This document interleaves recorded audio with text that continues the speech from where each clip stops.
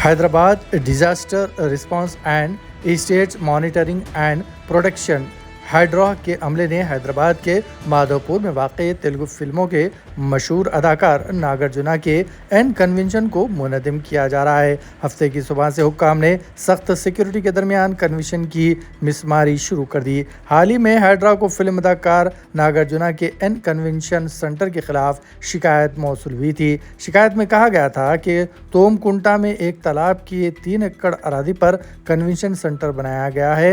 इसके साथ ही हुक्काम ने हफ्ते की सुबह से ही इनहदामी कार्रवाइयाँ शुरू कर दी है। हाइड्रा ने गुज़िश्ता चंद दिनों से हैदराबाद में गैर कानूनी तामीरात पर खुसूसी तवज्जो दी है। गैर कानूनी तामीरात की निशानदेही करके उन्हें फौरी मिसमार किया जा रहा है।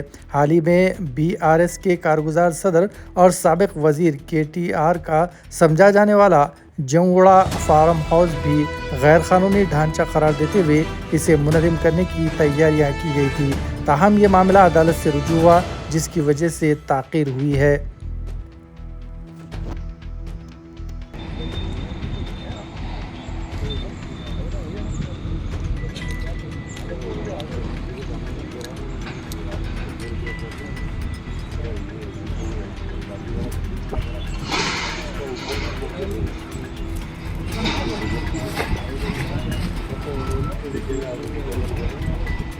ఇంతటి వారైనా కూడా ఖచ్చితంగా తొలగిస్తాం.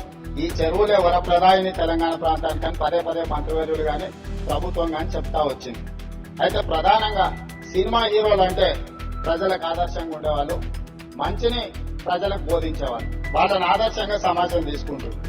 హైటెక్ సిటీ ఎదురుగా గురుకుల్ భూములలో ఎన్ కన్వెన్షన్ అనే ఫంక్షన్ హాల్ ఏదైతే ఉందో అక్కడున్న చెరువులో సగానికి అడ్డంగా గోడ కట్టి కొన్ని ఎకరాలు ఆక్రమించుకొని ఫంక్షన్ హాల్ నిర్వహిస్తున్నారు.